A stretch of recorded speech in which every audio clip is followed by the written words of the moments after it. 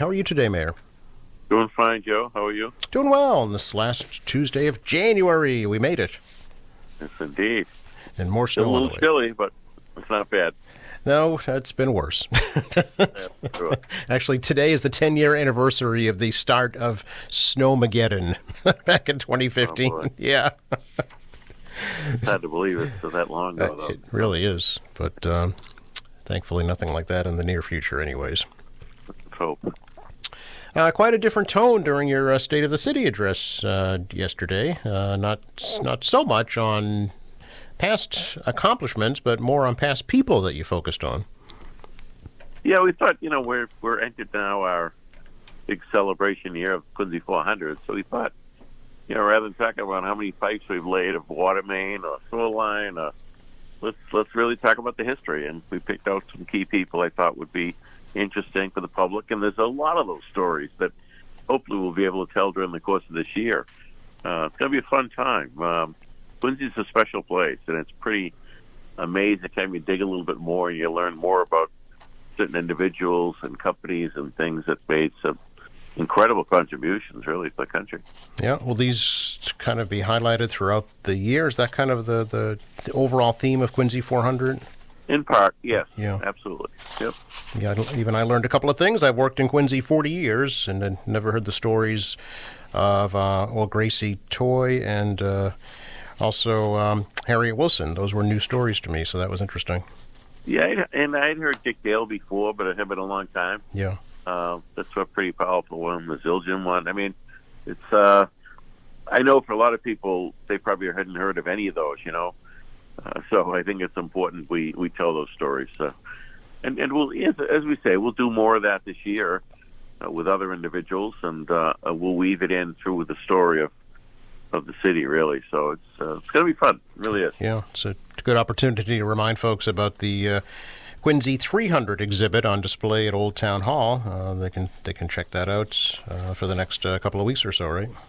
That's correct. The Old Town Hall. It's Bob Damon put it together. It's really cool.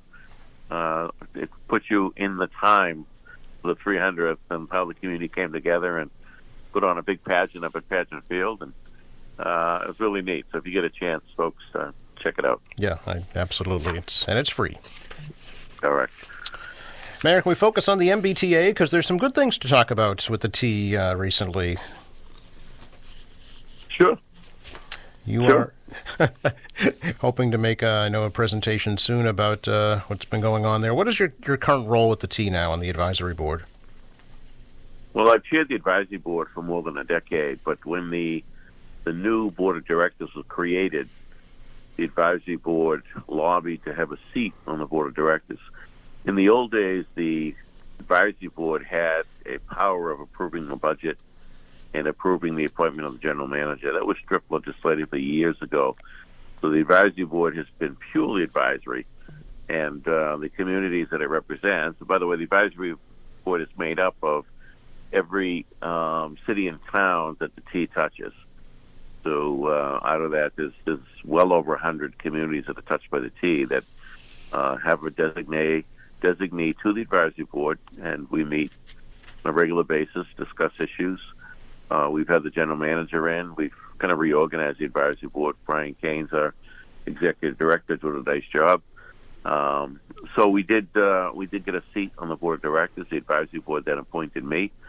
So I've been serving on the board of directors, and in addition, Governor Baker and then Governor Healy has kept me as an appointee to the Mass DOT board because two members of the MBTA board also serve on the Mass Department of Transportation board. So I've been working on both of those boards. So I do want to go meet at the council level and talk to the council and the public about what's happened with the T, where we're going, and how it's directly affecting Quincy. As you know, Joe, the public knows, we have 4 stations. We have bus service. We're working on the long-term ferry plan for Maria Bay. So it's an important, those modes of transportation. The T is very important to the city, and the city grew economically because of the T. I mean, when you look back and look at the transition from the old manufacturing days until the 60s into the early 70s when the T arrived. State Street South was the first complex built by the North Quincy T because of the T. So it's been a lifeblood for our economy, really, for a long time. So I do want to get into some of the details of the plans and how we're moving forward, and appreciate Governor Healy really putting a solid financial plan together to make it solvent going forward. It's always struggled. Every year it has struggled financially, and it's an important economic engine for the region. Yeah, it's the speed restrictions on the rapid transit lines have recently been eliminated, and the red line speeds on the Braintree branch will be increased to 50 miles per hour soon, pending state federal approval. So that's huge advancements in the past 25 years. It's kind of gone understated, I think, but it really is remarkable to see the improvements. It really is, and I credit the new general manager, Philip Ang, who has been just incredible. I mean, he's a railroad guy. He came in from New York. He knows the business, and he's refreshing. I mean, I love his style. He something occurs, he explains what happened, what we're going to do to fix it, and how long it's going to take. Imagine that. I think the public appreciates that. He's brought credibility to the T, and I know he's got the support of the governor and the legislature, people like Phil. And there's a reason he's really making changes, and it's been a long time. It's like turning a big cruise ship, an agency like that. It's an old authority. There's a certain culture there, and he's done remarkable work to date. Any more to say on the future of the current T bus garage on Hancock Street? No, I'll have more to say in the coming weeks, but nothing new to report today, no. Okay, very good. And going forward, Mayor, I wanted for you to comment a little bit on Councillor Scott Campbell's resolution regarding the Affordable Housing Trust Fund, and possibly using that to offer some low-interest loans for folks to make improvements to their homesteads. Yeah, we'll have a meeting. I had a discussion with the councilor. We'll sit down with him, and we'll have a meeting with the Affordable Housing Trust, and we'll look at all of that. There's a lot of ideas what to do with that funding. It sounds like a lot of money, but the money goes quickly in this day and age, the cost of building housing. There's also discussion about using it for first-time home buyers, perhaps helping with down payment. So there's a lot of possibilities here. I appreciate Councilor Campbell's thoughts, and we'll meet with him and have a conversation about it. Yeah, how much is in the trust right now? I think it's in the vicinity of $7 to $8 million, Joe. Okay, very good. So there's some possibilities. I'm holding to that, but I think that's the estimate. Sure. We can't conclude without commenting on the passing of Captain Stratton, Mayor, and the services coming up for him later this week. Yeah, just what an incredible guy. I'm so blessed to have known him. We stayed in touch over the years. Get some incredible texts and emails back and forth. He was so sharp, intelligent, and witty. Oftentimes I'd get stuff in Latin. I'd have to look it up to see what that could mean. But what a guy. I mean, I know he talked about it publicly, but his captivity didn't define him. I mean, he was an incredible hero. John McCain said he was one of the toughest guys he ever knew, both mentally and physically. He come out of obviously that captivity, continued to serve in the Navy. I mean, a lot of people would have thrown the towel in.